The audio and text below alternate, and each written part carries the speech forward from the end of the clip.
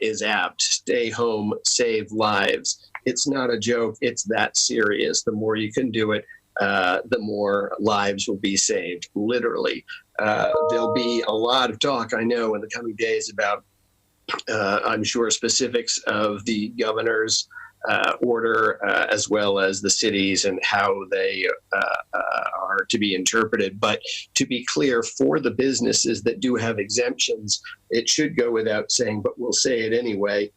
People should be smart about how they deploy their employees. Having the exemption doesn't change anything about the conditions we're all living in. And it means that the bar for safety is as high as it's ever been. I think it was, I said before, I applaud the governor for the order. I think he's worked hard to try and accommodate the best balance of safety and continuity, particularly for essentials. But again, for every employer that still has employees coming to work, they should be extremely clear that you can't do business as usual. The same protocol has to apply about having people proximate to each other. It's as serious as ever been, and it's going to get more serious going forward. Lives, again, depend on it. So our one update for the county, or one service update, is thanks to my team that's working around the clock to find ways to provide as much as we can safely. Still, I was talking to our clerk, George Christensen, earlier today, who mentioned that tomorrow, as of tomorrow, virtual marriage licenses will be available. Now, I realize most people are probably not thinking about marriage right now. However, I think the commitment of him and every level of service to try and provide what we can is crucial and important, and we'll always be letting you know. But as of tomorrow, right, virtual marriage licenses will be available. There'll be information on the site through Milwaukee County and the Office of the Clerk, and we're working to move as many services, obviously, as we can. So with that, I will turn it over to the mayor. Thank you very much, County Executive, and thank you for everything that you and your staff has been doing on this. The city and the county have worked very closely together on all this, and I really appreciate that. I want to begin by thanking all the residents of our community who really have taken this seriously, and I say that because inevitably we are going to hear from people who are not following the directive to stay at home. And they're going to be the ones that are going to garner the headlines. But what we have seen, and this is anecdotal, what I have seen is just a tremendous response from members of our community who understand the seriousness of this situation and understand that this is not just about themselves, that for some of them, it's making sure that their relatives, their friends are not infected by them. So what we've been saying all along is that this is a community challenge that's going to require a community response. And so this is our test. This is our test as to whether we can come together as a human race, as a community, to respond to this. And I've been heartened by what I've seen. I'm also obviously impressed with the dedication of all the healthcare workers who are literally putting their lives on the line, treating individuals who are coming into the hospitals and the clinics, the technicians, and I think we have to really keep them in mind as well. As a county executive said, with the state order and with the city order, the stay-at-home order, I want to stress what this is not. This is not a bar to keep you from going to the grocery store. We don't want to see runs on the grocery store. There's absolutely no reason to see runs on the grocery store. In fact, you can go out and go to the grocery store right now. You can go for a walk right now. What we are trying to emphasize over and over and over again is that the more distance that you have between individuals, the less likely we are to transmit this disease. Last night I spoke to an individual who did test positive, and he said that he believes that he caught it in a coffee shop, that he was with a friend of his. They sat down for coffee. He was contacted several days later by a health worker who was doing the tracing because the person he was with had tested positive and listed him as a contact that he had. So I think in many times we think as those one-on-one interactions as being totally innocuous. And in this situation, he is now tested positive. I raise that also in the context of where we are as a community. This has hit all parts of our community, all parts of our community. But at least right now, it has hit the central city, the northern part of the city, harder. Again, all parts of the city have been hit, but the northern part of the city has been hit harder. In fact, I've talked to 3 individuals that I know who live on the north side or come from the north side just in the last few days who have tested positive. Why is this worth talking about? This is worth talking about because 2 weeks ago, we were all assuming that virtually every case would emanate from a trip to China or a trip from Europe or a trip from somewhere else. Most of, if not all of the individuals that I have talked to have not left this community in the last 2 weeks. And so what does that say? That says that it is being spread within our community, from one part of our community to another.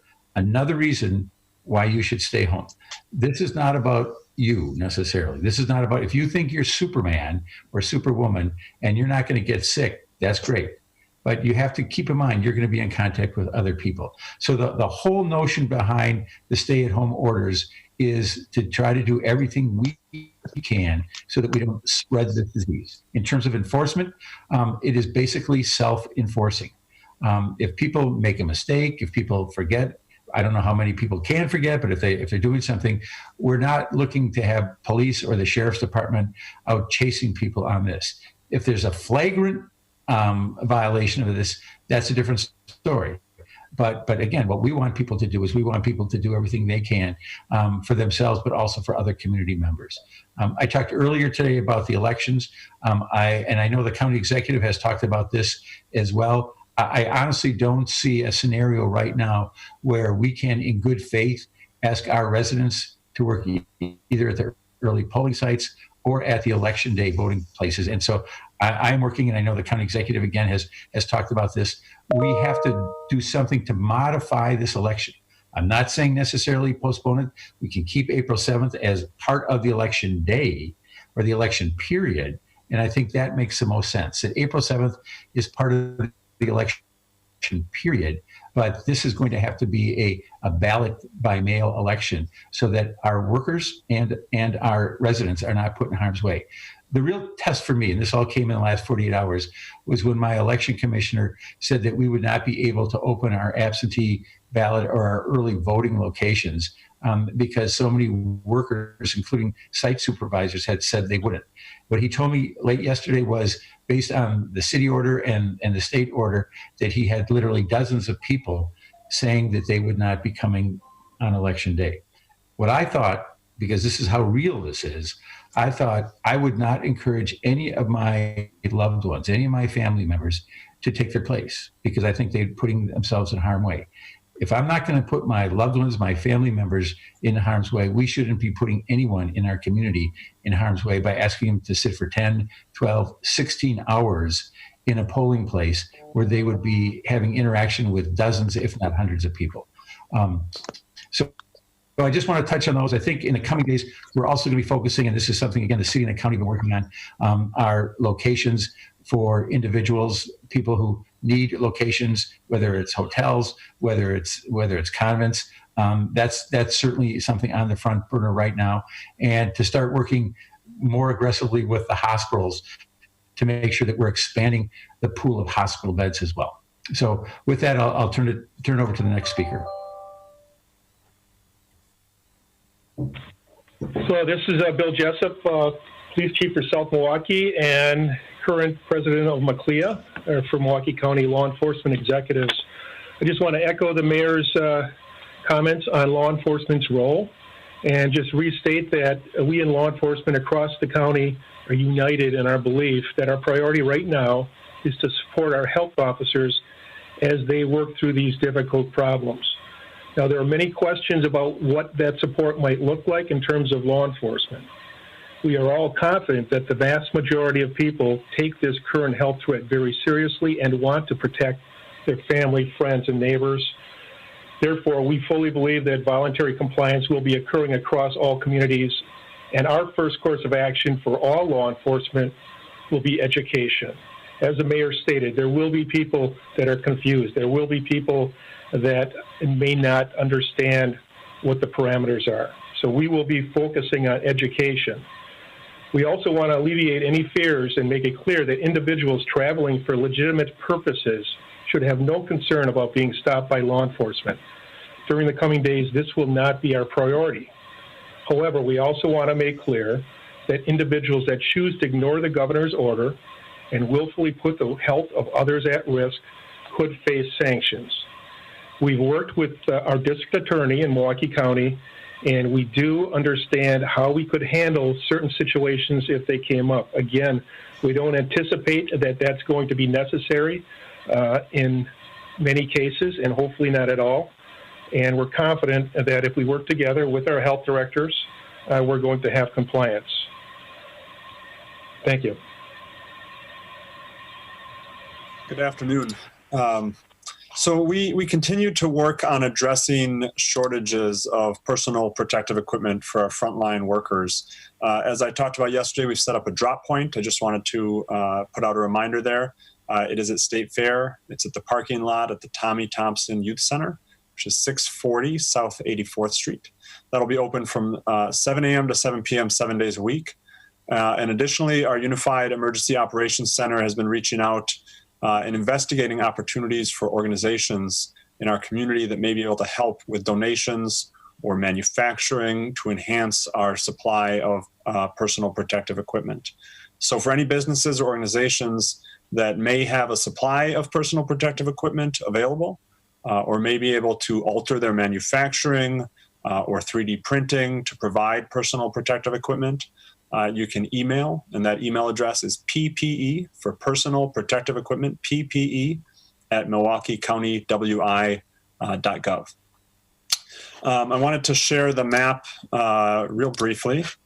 So for a quick update here, as the county executive mentioned, we are at 268 cases in Milwaukee County, 3 deaths.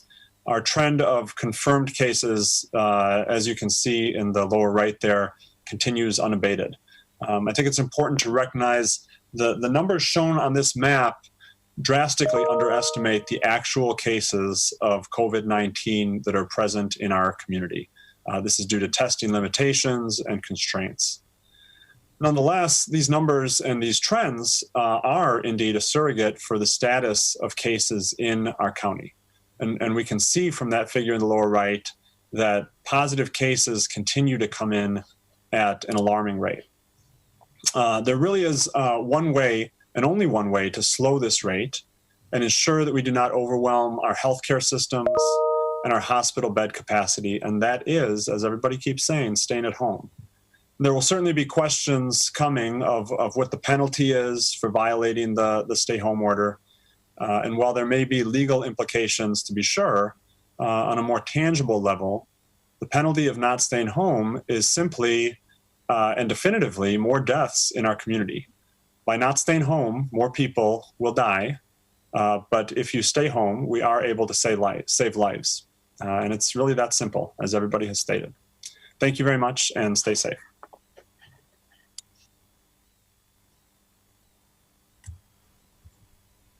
Commissioner Kowalik. Noted the numbers for the county. Start over, you were on mute. Oh, so good afternoon, everyone. As Dr. Weston noted, the numbers for Milwaukee County, the city of Milwaukee is now over 200 cases. We're at 205 as of this point in time. And I wanted to provide a little bit of additional information behind the Milwaukee numbers, city of Milwaukee numbers, due to some recent information that was shared about who is pretty much suffering the most from COVID-19, according to the data that we have at this point in time. As the mayor also noted, that the majority of the cases in the city of Milwaukee are on the north side of town and predominantly African-American areas. So about half of the cases as of now are African-American. 70 are unknown race. So again, this is self-identified. Maybe it wasn't completed on a medical questionnaire. As far as ages are concerned, the number one age group that has been identified is individuals over the age of 61. That's about 50 of the cases. Individuals aged 41 to 50 and age 31 to 40 are about tied for second, about 40-ish apiece. So we see those individuals over 31, and then the numbers climb higher over 61. So again, just looking at ways to educate the public about risk and ways to prevent the spread of COVID-19. Now, as far as hospitalization rates, we're at about 11%. So that is concerning because, again, there's not enough hospital beds as well as specialized units to be able to meet the need if people need it. This is why we're doing this stay-at-home order, why we're promoting not shelter in place, but safer at home, which the governor announced the details of the order earlier today.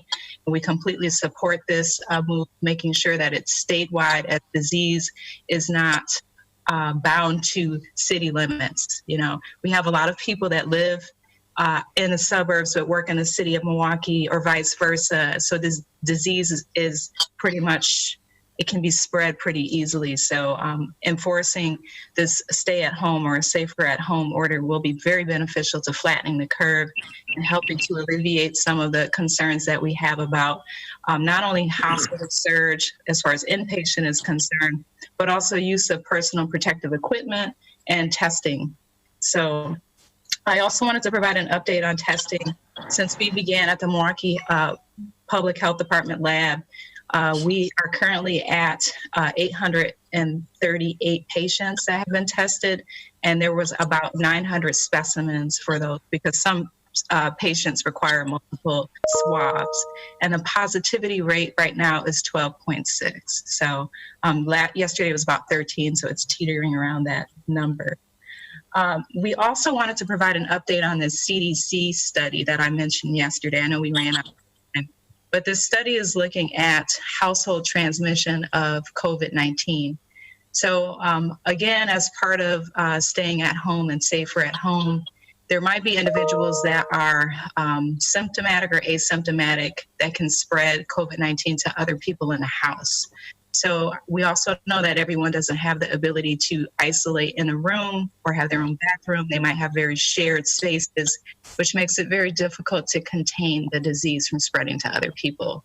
So the CDC is partnering with the Wisconsin Department of Health Services, our health department, the city of Milwaukee, and our lab, our Communicable Disease Division, the North Shore Health Department, and Wauwatosa Health Department. So again, we're looking at trying to understand how transmission of COVID-19 happens in the household. There's a goal to enroll 20 to 30 households over the next couple of weeks, with each household participating for the next 14 days. This investigation will help us learn more about critical public health questions regarding the secondary attack rate of the virus in household settings and risk factors for viral transmission in the household, and how many household members become infected with the virus and remain asymptomatic. So we're trying to learn more about COVID-19 and how it functions, how it's spread. We understand that asymptomatic individuals have contributed quite a bit to our community spread situation here in the city of Milwaukee, which brings me to the next point of talking a little bit more about the order and some of the questions we received over the last 24 hours about essential versus non-essential and various businesses. So I think the governor did a great job of explaining what this means. We're looking at basic human needs, right? So you need food. So you look at where does the food come from? From the farm. And then how does it get from the farm to your table? So all of those businesses that help from the farmer to the distribution, whether you're using Amazon or you're going to the grocery store. So how all of those businesses play into you having the ability to have food, which is extremely vital as we're going under this safer at home order for the month. The other point would be to address anyone that's involved with the delivery of healthcare services, including pharmacy services, mental health, substance use disorder or recovery services, intimate partner violence, domestic violence services, and sheltering. So nonprofits are included as essential. Government entities are considered essential, such as your health departments. And then also ways for you to get what you need. So communications. So anyone that provides telecom or internet services, utilities, transportation, again, is included. And then just, again, distribution, looking at how do you get basic human needs to the public. So I think that's a good way of highlighting some of this. We are working on some additional clarification related to this because this is new. I understand that the website that the governor posted in his press release crashed shortly after it was released, which is great. That means people are paying attention. They want to know if they can remain open, if they need to shut down, what does that mean for the public? Also, we wanted to just highlight what the city is doing, the city of Milwaukee Department of Employee Relations is doing related to this, just to give you an example as far as implementation of these types of orders. So let me pull this up quickly, just to walk you through this. So again, government is included as an essential function, but that doesn't mean you move around like business as usual. As the county executive noted, we still have to maintain social distancing. We still have to make sure we're scheduling staff in a staggered manner so they're not all congregated. So you have one person that has COVID-19 and everybody is at risk. So we want to make sure we're limiting the spread of disease. So we have ours broken up into 3 ways. We have essential functions must report. So for instance, the health department staff that are doing these contact tracing investigations and investigating cases definitely are required to report. And then we have essential function emergency response. So for instance, our electricians and our IT staff, if something goes wrong or something goes down, they need to be able to show up in a reasonable time to address it, to put things back online so that we can get back to work. And then we have essential function work remotely. For instance, payroll staff or people that are providing supportive services that as long as you have Wi-Fi and a laptop or some other computer device that you can still do your work. So people are getting paid regardless from our organization. We've received complaints from a variety of members of the public that are concerned about not being paid, or organizations or businesses that are not upholding distancing and staff being fearful of showing up for work and having to worry about contracting COVID-19. But we just, again, need the businesses that are considered essential to maintain social distancing, staggered schedules, do whatever it takes, make sure the cleaning is enhanced to prevent the spread of COVID-19. Again, we don't want, a lot of opportunities for people to get infected. Since we're moving into this stay at home and safer at home order, which will take effect at 8 a.m. tomorrow, we're limiting the spread of disease by honoring that. But for those folks that are still going out and working, we want to make sure that they're not bringing home COVID-19 to their families. So thank you.